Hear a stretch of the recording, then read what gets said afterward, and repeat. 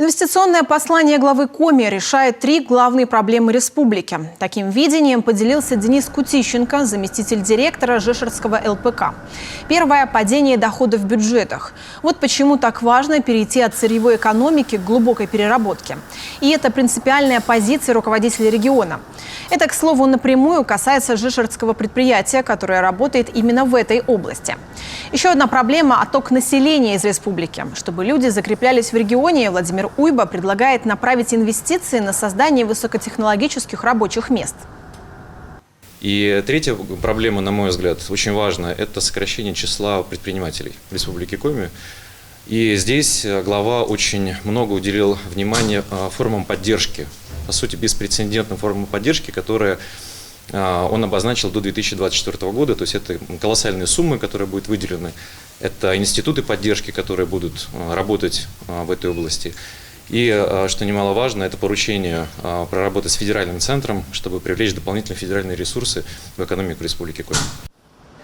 Инвестиционная программа республики направлена на комплексное развитие промышленности, среднего и малого бизнеса и республики в целом.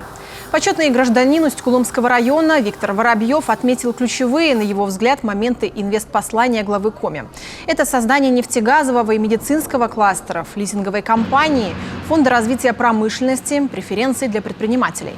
Вообще инвестиционная программа – самоцель не просто так, чтобы мероприятие выполнить.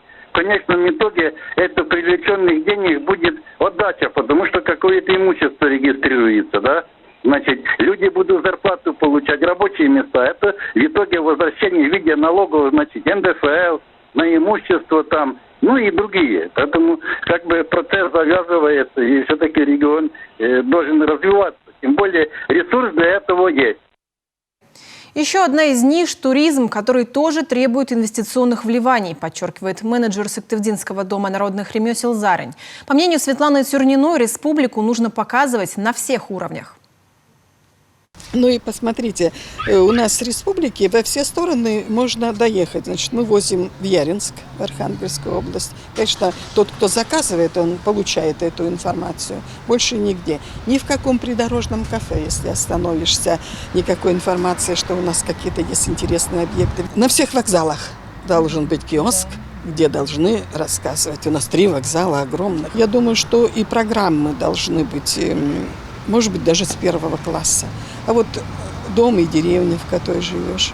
Я думаю, что и городские дети в школу ходят. А что это за здание, что в нем дело, когда было это, как это сделать, конечно, надо всем собраться и подумать.